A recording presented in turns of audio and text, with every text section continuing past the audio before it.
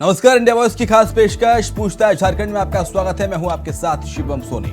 झारखंड में हेमंत सोरेन की सरकार के 3 साल के अधिक बीत जाने के बाद अब विपक्षी पार्टी बीजेपी के साथ साथ राज्य के युवा कई मुद्दों को लेकर सरकार को घेरने की तैयारी में। राज्य सरकार की तरफ से किए गए वादों को पूरा नहीं किए जाने को लेकर बीजेपी ने सरकार के खिलाफ आंदोलन का बिगुल फूंक दिया है। पार्टी ने 11 अप्रैल को सचिवालय घेराव का कार्यक्रम तय किया है। बीजेपी ने इस आंदोलन को लेकर जहां पर राज्य स्तर पर तैयारी कर ली है, तो वहीं दिल्ली में भी सभी सांसदों ने राज्य के सभी सांसदों ने बैठक करके इस आंदोलन की जिम्मेदारी उन्हें सौंपी है। रिपोर्ट देखिए, इसके बाद चर्चा की शुरुआत करेंगे। 8 तारीख को माननीय मुख्यमंत्री महोदय का घेराव किया जाएगा और 10 तारीख को संपूर्ण झारखंड बंद रखा जाएगा। तो जंगा बनाना बंद करो, बंद करो। तो छात्र हल्ला बोल की तैयारी कर रहे हैं, वो भी हेमंत सरकार के खिलाफ। तभी तो 8 अप्रैल को सीएम आवास के घेराव का आह्वान हुआ है और उसके बाद 10 अप्रैल को समूचे झारखंड बंद का ऐलान। जी, छात्रों का आंदोलन झारखंड के सीएम हेमंत सोरेन की वादा खिलाफी के खिलाफ है। आरोप है कि माननीय सीएम साहब ने सत्ता में आने से पहले प्रदेश की जनता से कई वादे किए, लुभावने सपने दिखाए, लेकिन वो सपने आज तक न साकार हुए, न सीएम साहब अपने किए गए वादों को पूरा कर पाए। और जो इन 3 साल में सरकार के दौरान फैसले लिए गए, उससे तो जनता सीएम साहब और उनकी सरकार से खफा हो गई। यहाँ पर इसके पहले छात्रों का मीटिंग हुआ और मीटिंग में जो है सर्वसम्मति से यह तय हुआ कि 8 तारीख को माननीय मुख्यमंत्री महोदय का घेराव किया जाएगा और 10 तारीख को संपूर्ण झारखंड बंद रखा जाएगा। ये जो है ये सर्वसम्मति से तय हुआ। अब जब प्रदेश के युवाओं ने ही प्रदेश की सरकार के खिलाफ मोर्चा खोल दिया है, तो भला प्रदेश सरकार को घेरने का इससे अच्छा मौका विपक्ष को कहां मिलने वाला था। विपक्षी दल बीजेपी के लिए यह ऐसा मौका हो गया जैसे किसी ने उनको थाली में खाना परोस दिया हो। अब बस भोग लगाना बाकी है। लिहाजा इस मौके को भुनाने के लिए सरकार की चौतरफा घेराबंदी के लिए बीजेपी ने भी आंदोलन का बिगुल फूंक दिया है। पार्टी ने छात्रों के झारखंड बंद के बाद 11 अप्रैल को सचिवालय घेराव का ऐलान किया है, जिसको लेकर बीजेपी ने राज्य स्तरीय तैयारी कर ली है। वहीं इस आंदोलन को और ज्यादा असरदार बनाने के लिए बीजेपी की तरफ से दिल्ली में राज्य के सभी सांसदों के साथ बैठक कर आंदोलन की जिम्मेदारी सौंपी गई है और जन भावनाओं के अनुरूप आंदोलन को धार देने की रणनीति का ताना बना बुना गया है। सबको जानते हैं कि रांची में इसी मेन रोड में हनुमान मंदिर पर हमले हुए सब लोगों के नाम सरकारी खाते में है, लेकिन सरकार के नेतृत्व में इतनी क्षमता नहीं है कि अपराधियों को पकड़ पाए। तो ऐसे कई विषयों को लेकर के, खनिज संपदा की तस्करी, ऐसे कई चीज़ों को लेकर के, प्रखंड स्तर पर भ्रष्टाचार की कहानी, ऐसे कई विषयों को लेकर के झारखंड की 3.5 करोड़ जनता की अभिव्यक्ति, इस राज्य से निजात मिलनी चाहिए, इस हेमंत सोरेन की सरकार से निजात मिलनी चाहिए।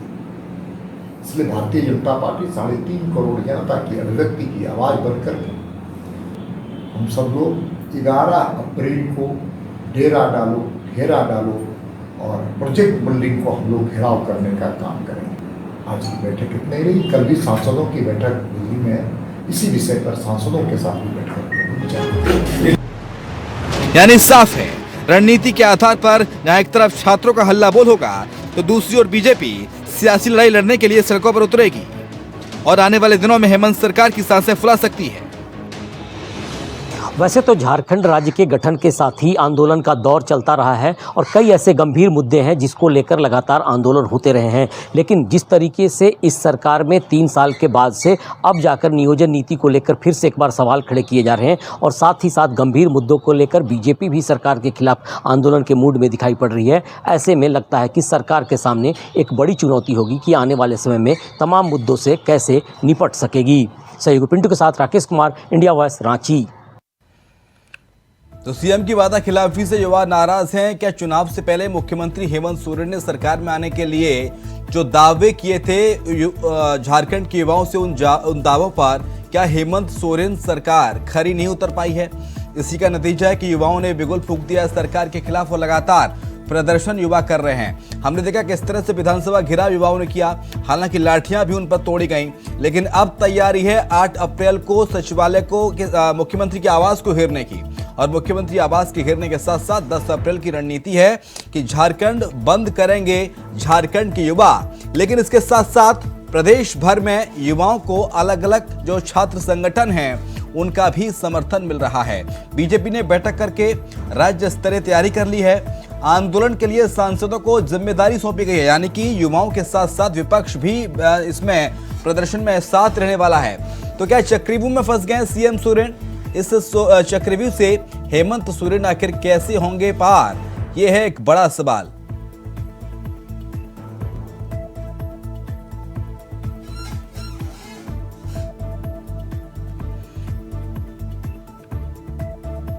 बीजेपी ने बैठक कर राज्य स्तरीय तैयारी कर ली है।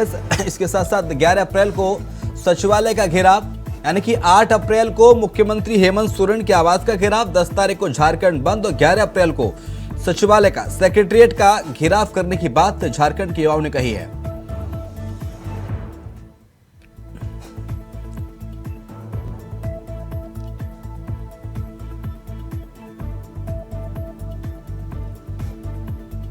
तो चलिए चर्चा पे आते हैं। हमारे साथ इमाम सैफी हैं, छात्र नेता। बहुत स्वागत है इमाम साहब आपका। प्रतुल शाहदेव भी जुड़ गए, लेकिन इन तक हमारी आवाज अभी नहीं पहुंच पा रही है।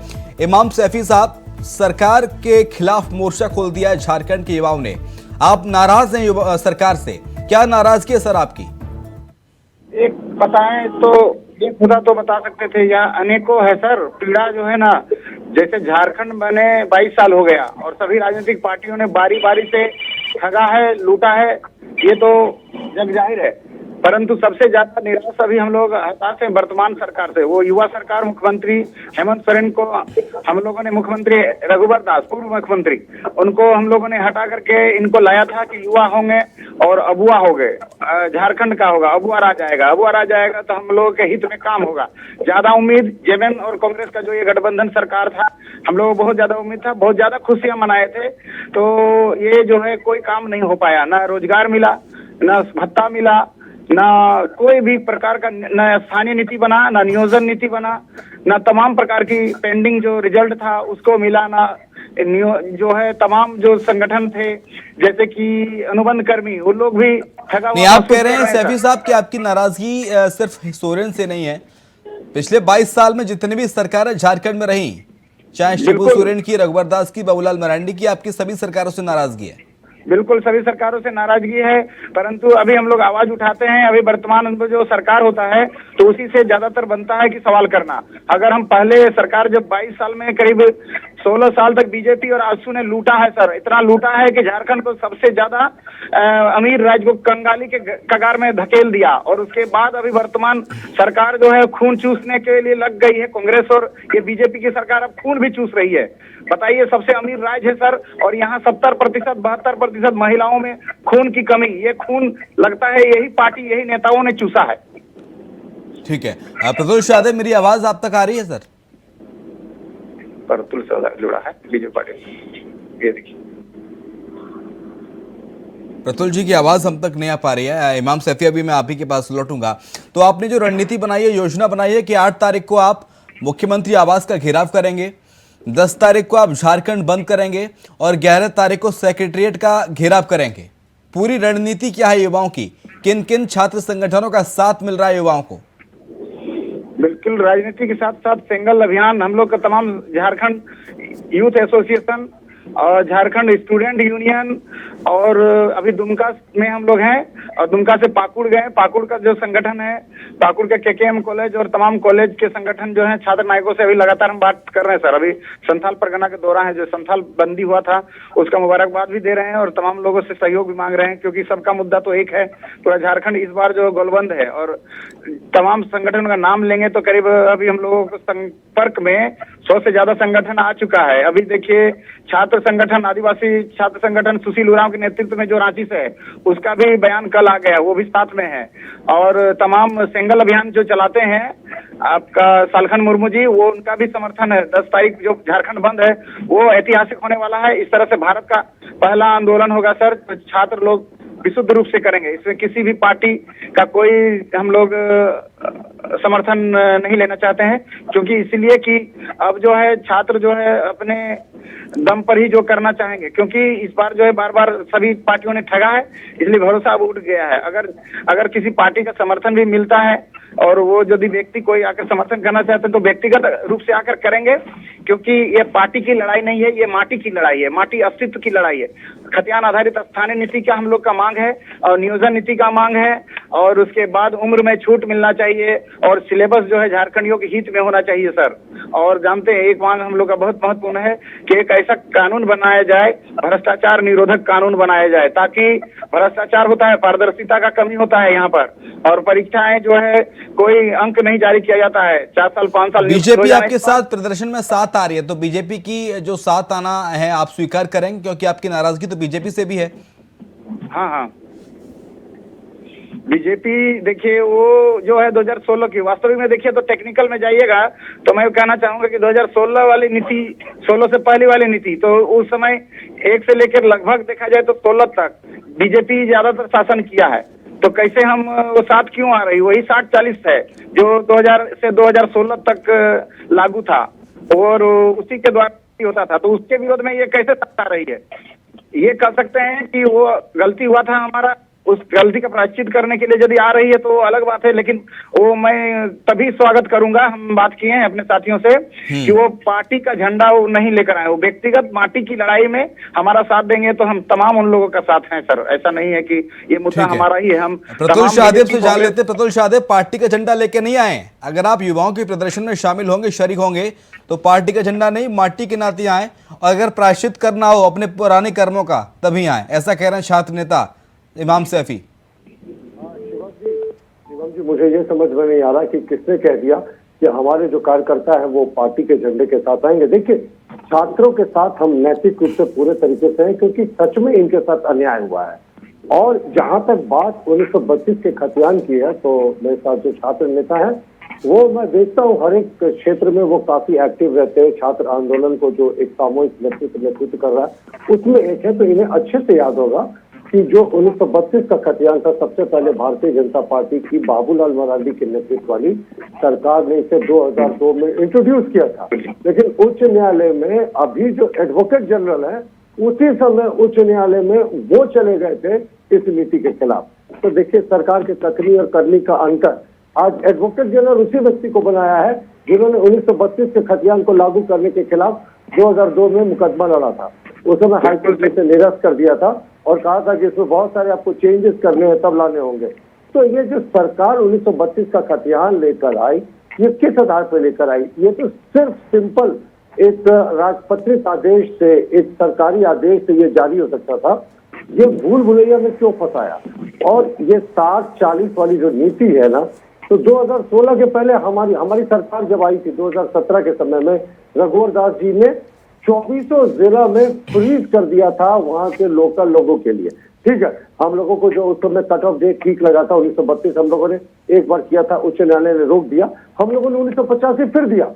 लेकिन देखिए, मैं भी धरती पुत्र हूँ, मैं भी मूलवासी हूँ, और मेरा और मेरी पार्टी का मानना इसमें कोई अलग नहीं है कि अगर यहाँ के स्वीपर, चपरासी, क्लर्क, किरानी, इसकी नौकरी भी झारखंड के मूलवासी है, भूमि पुत्रों को नहीं मिलेगा क्या? इसके लिए भी हम जम्मू कश्मीर और केरला से दरवाजे खोल देंगे सबके लिए? साहब, यहाँ क्लास 2 और क्लास 1 की बात ही नहीं होनी है साहब। सारे स्टेट में ये व्यवस्था है कि 3rd और 4th ग्रेड की नौकरियां यहाँ के लोकल लोगों के लिए हो, और मुख्यमंत्री तो इन्हीं छात्रों के बदौलत जीत कर चुनाव में आए थे। 1932 नहीं तो जो 5 लाख नौकरियां, नहीं तो ये राजनीति से संन्यास, 1932 का खतियान लागू करेंगे। आदिवासी मूलवासियों की बात करते हैं और 60-40 की नीति इन्होंने लागू कर दिया। ठीक है सर, लेकिन जो इमाम सैफी ने आरोप लगाए, शिवम फाइनल पॉइंट, हमारी पिछली रघुवर दास की सरकार ने 24 जिलों में आरक्षण को 100% वहां के लोकल लोगों के लिए फ्रीज किया था। तो 13 और 11 जिले जो थे, शेड्यूल और नॉन शेड्यूल जगह जिले, वो सबको फ्रीज किया था। तो मुख्यमंत्री ने जितना रंग बदला है इस पूरे मुद्दे पे, खुद को भूमि पुत्र आदिवासी का बेटा कहते हैं, लेकिन नौकरियों के द्वार खोलने की बात हुई ना, तो कश्मीर से कन्याकुमारी तक खोल दिया, वो भी चपरासी, क्लर्क और स्वीपर की नौकरियां सबके लिए। ठीक है, प्रतुल शाहदेव, मैं सवाल लूं जी?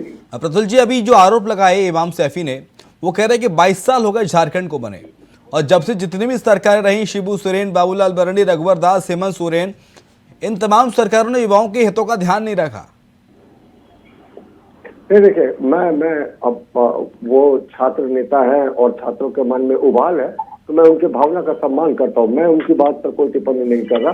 लेकिन मैं सिर्फ बताना चाहूंगा कि हमारी रघुवर दास की सरकार के समय भी 1 लाख से ज्यादा सरकारी पदों पर नियुक्ति हुई थी। हाई स्कूल टीचर्स की बात करें, पंचायत सचिवालय पर बात करें, और उस समय भी जो 80 से 90% थे यहाँ के लोकल आदिवासी मूलवासी थे।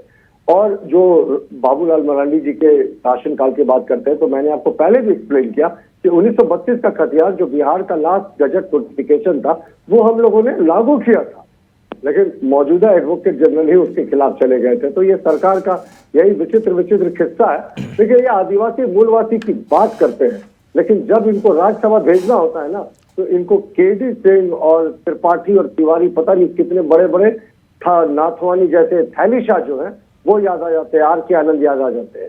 तो ये सिर्फ मूलवासी और आदिवासी के नाम पे आंखों में धूल झोंकती है।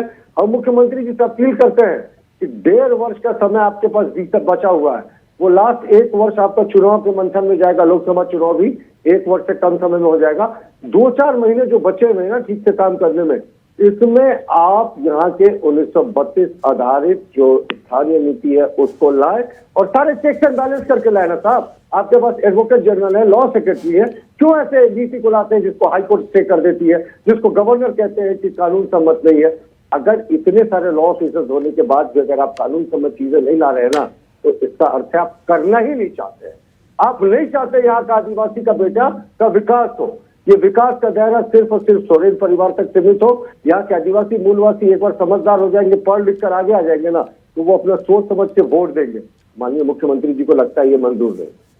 ठीक है, इंदुकांत दीक्षित साहब हमारे से जुड़ गए। इंदुकांत दीक्षित जी, अब युवाओं ने सरकार के खिलाफ मोर्चा खोल दिया है, और इमाम सैफी हमारे साथ छात्र नेता जुड़े हुए हैं, वो सीधे तौर पर कह रहे हैं कि झारखंड में 22 साल से तमाम सरकारें रहीं, लेकिन युवाओं की चिंता नहीं की गई, उनके भविष्य की चिंता नहीं की गई, और इसी का नतीजा है कि अब छात्र मुखर हो गए हैं।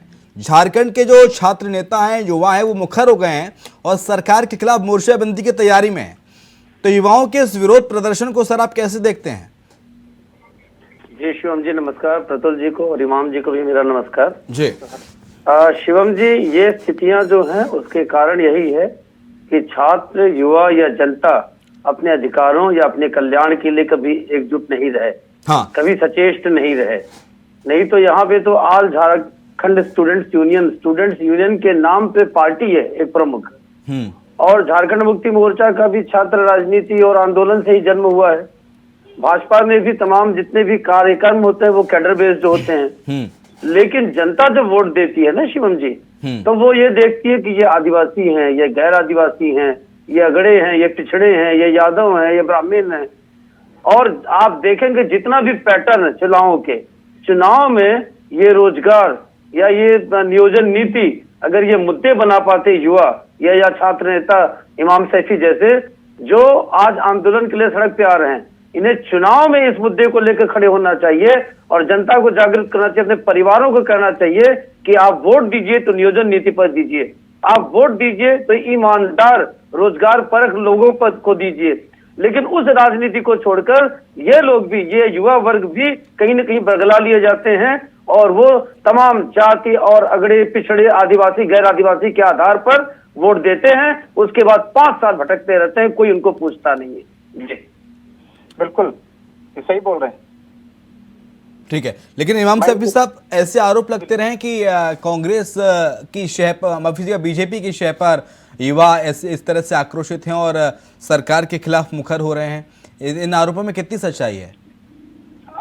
होता क्या है ना, हाँ। कि जैसे अभी मैंने बताया कि सभी ने ठगा है, परंतु जो प्रतुल सहदेव जी भी बोले उनका बात में भी मैं सहमत हूँ कि वो बहुत बेहतरीन बात बोले और अच्छी बात बोले। हम लोग के दिल की बात वो भी बोल रहे हैं, पर होने के समय होता क्यों नहीं है? ये जो ये बोल लेकिन सरकार थी तब तो आपके दिल की बात नहीं बोले होंगे शायद, कि आएंगे तो ये करेंगे वो करेंगे, करते क्यों नहीं है?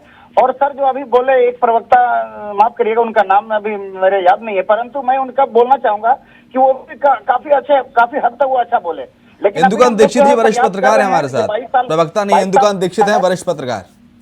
हाँ हाँ हाँ, तो अच्छा ठीक, तो उनका मैं सम्मान करता हूँ, उन्होंने भी अच्छी बात बोली है। इसलिए मैंने अभी हम लोग जो है रामगढ़ उपचुनाव में शुरुआत किया है, अब लोगों को जागरूक करना चाह रहे हैं। उसमें ज्यादा से ज्यादा स्टूडेंट को हम लोगों ने उतारने का प्रयास किया था और हम लोग भी उतरे थे और काफी प्रयास किया कि सरकार का जो है ये जो बार बार उपचुनाव जीत रहे हैं मुख्यमंत्री हेमंत सोरेन, इसी में इनका अकड़ बढ़ते जा रहा है। इसीलिए उनको हराने के लिए हम लोगों ने प्रयास किया है और राजनीतिक जागरूकता भी धीरे धीरे, और इसका ज्यादा हद तक राजनीतिक जागरूकता आ गया है कि मैं आप दोनों लोगों से गंभीर, आप तीनों आदमी से और तमाम आपके दर्शकों को बता देना चाहता हूं कि 2024 में कुछ नया होने वाला है।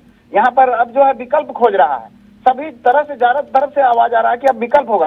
नया मतलब किस मायने में नया? पा रही है आजसू भी कांग्रेस भी नहीं कर पा रही है। इमाम सैफी, किस मायने में नया की बात कर रहे हैं आप? बोलिए सर, किस मायने में नया होने वाला है? बिल्कुल ये नया विकल्प, अभी बताइए, नया पार्टी ही बन सकता है या कोई ये जो 4 विकल्प है, जब बीजेपी, आजसू या जेएमएम या कांग्रेस, इसने बताइए कि 22 साल में एक स्थानीय नीति नहीं बनाया है, एक नियोजन नीति नहीं बनाया है, तो बहुत ज्यादा जागरूकता आ गया है सर। लोग बोलते हैं कि पार्टी से अब ऊपर, पार्टी किसी के पार्टी का मैसेज एक आता हम लोग का ग्रुप में 11 अप्रैल को सचिवालय घेरेंगे आप, और 11 अप्रैल के बाद की युवाओं की, छात्रों की, छात्र नेताओं की क्या रणनीति है?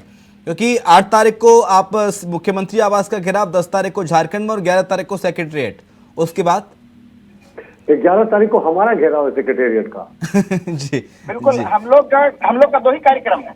हाँ। हम लोग को 8 तारीख का जो है मुख्यमंत्री आवास का घेराव है। हाँ। और शांतिपूर्वक है, उस हाँ। पर जो है कोई उपद्रव नहीं होगा। सरकार उपद्रव करने सरकार से वाले बात लोग हो पा रही है क्या किसी छात्र नेता की? सरकार के बड़े मंत्रियों से, अधिकारियों से क्या कहना है उनका? आपकी मांगों को कब तक माना जाएगा? जो वादा किया था वो वादा खिलाफी क्यों की जा रही है? कुछ आश्वासन सरकार की ओर से दिया जाता है? इमाम सैफी, हमारे साथ जेएमएम या कांग्रेस का कोई प्रवक्ता मौजूद नहीं है, हम उससे सवाल करते हैं। मेन है कि बोला तो जाता है सर कि मंत्री अभी जैसे सोनू सूद जी, जो गिरिडीह के विधायक जी हैं, वो भी बोले थे कि बात करनी चाहिए, और तमाम नेता बोलते हैं कि बात करनी चाहिए, स्टूडेंट से हम लोग बात करेंगे। लेकिन हम लोग जब बात करने के लिए जाएंगे ना, हम लोग बार बार चाहते हैं, हम लोग आंदोलन करना नहीं चाहते सर। बेरोजगारी लोग आंदोलन करेगा, कितना परेशानी होता है, बहुत ज्यादा खर्च होता है। एक आंदोलन, एक बार रांची घेराव करने जाएंगे तो हजारों रुपए खर्च हो जाता है, तो हम लोग नहीं चाहते हैं। बेरोजगारी में बहुत परेशानी है। दीक्षित सर, आपको क्या लगता है युवाओं का जो आक्रोश है, युवाओं का जो आंदोलन है, वो किस ओर ले जा रहा है? क्या 24 से पहले वाकई में कुछ बड़ा होने वाला है, जिस तरह से इशारा किया इमाम सैफी ने? और ये मुश्किलें खड़ा करेगा सरकार के लिए, प्रदेश सरकार के लिए? इमाम सैफी जी जो कह रहे हैं, हाँ। उसको अगर हकीकत में वो परिवर्तित करते हैं, हाँ। और यदि युवा एकजुट होते हैं तो निश्चित तौर पर कोई न कोई दिशा पूरे समाज को मिलेगा। हाँ। और दिशा समाज को केवल राज्य स्तर पर नहीं, राष्ट्रीय स्तर पर मिल सकता है। लेकिन बहुत तकलीफ की बात यही है कि युवा दिशाहीन है। और मैं स्वयं पिछले कई वर्षों से देख रहा हूं, मैं तो उत्तर प्रदेश का रहने वाला हूं, लेकिन पिछले करीब 12-13 वर्षों से इस राज्य को देख रहा हूं, युवा और समाज के तमाम वर्ग दिशाहीन हैं। और युवा अगर उठ करके कर जाएगा, हमें कुछ गुजरना है। देखिए, कम से कम रघुवर दास की सरकार में एक नियोजन नीति लेकर आए, तो प्राइवेट और गवर्नमेंट में सेक्टर में कुछ लोगों का अपॉइंटमेंट किया, तो यहाँ तो लोग खाली वादे करते रहे, आगे पीछे राजनीति करते रहे, स्पेशल सेशन बुलाए, अपने लोगों को लेकर छत्तीसगढ़ भागते रहे। हाँ। अपने नाम से, अपने परिवार के नाम से जमीन कराते रहे आवंटित, उनकी नियत ही नहीं दिखती है। तो ऐसे में युवा अगर खड़े होकर कटिबद्ध होगा तो निश्चित तौर पर परिवर्तन हो सकता है। जी ठीक है, लेकिन प्रद्युम्न शाहदेव, बीजेपी इस मुद्दे को भुनाने की कितनी कोशिश करेगी? नहीं, देखिए, ये मुद्दा भुलाने के लिए नहीं है, बिल्कुल हमारे लिए पॉलिटिकल मुद्दा नहीं है, ये स्टूडेंट्स का मुद्दा है और छात्र अपने आंदोलन कर रहे हैं। हम नैतिक रूप से उनकी मांगों के साथ इसलिए खड़े हैं क्योंकि इस सरकार ने अपने मैनिफेस्टो में जिन जिन चीजों का वादा किया था सबसे पलट गई। सारे ग्रेजुएट, पोस्ट ग्रेजुएट को बेरोजगारी भत्ता मिलना था, पूछिए इमाम साहब बैठे, किसी को मिला? पैसा सरेंडर हो जाता है। 5 लाख नौकरियां छोड़ दीजिए, विधानसभा में इन्होंने खुद बताया है कि 15 लाख नौकरियों की जगह 357 सरकारी नौकरियां मिली है। तो ये सरकार यू टर्न करने वाले लोगों की सरकार है। इंदुकांत जी ने बिल्कुल सही कहा, इस परिवार में, इस सरकार में आदिवासियत का मतलब सिर्फ और सिर्फ सोरेन परिवार है। माइनिंग लीज लेने की बारी होगी तो कोई सोरेन को ही मिलेगी, कृषि के लिए जमीन लीज लेने की बारी होगी तो कोई सोरेन को ही मिलेगा, और अगर इंडस्ट्रियल डेवलपमेंट के लिए कोई जमीन मिलेगी तो किसी को मिलेगी। यहाँ कोई आम आदमी, कोई सनीचरा मुंडा और कोई सोबरा उराव की कोई पूछ नहीं। तो ये सरकार का जाना तो तय है। और मैं कहता हूँ ना, छात्र शक्ति को जिन जिन तानाशाहों ने इग्नोर किया है, उनका सिंहासन उलट गया है। छात्र ठीक शक्ति है। को बहुत हल्के में नहीं, लेकिन मुख्यमंत्री जी आपने जो वादा किया वो निभाए। तो यही छात्र शक्ति ने आपको इस सिंहासन पर बैठाया है और उतारने की भी हिम्मत ये रखते हैं। ठीक है, बहुत शुक्रिया आपका प्रतुल शाहदेव। इंदुकान जी, आपको अगली बार से यूपी के मुद्दों पर भी बिठाया करेंगे, आप उत्तर प्रदेश से आते हैं, आप अपने अच्छा बताया। इमाम सैफी जी, आपका शुक्रिया चर्चा में शरीक होने के लिए, और इंदुकान जी, आपका भी शुक्रिया चर्चा में शरीक होने के लिए। और इसी के साथ हमारी इस खास पेशकश पूछताछ झारखंड में इतना ही। खबरें लगातार जारी है।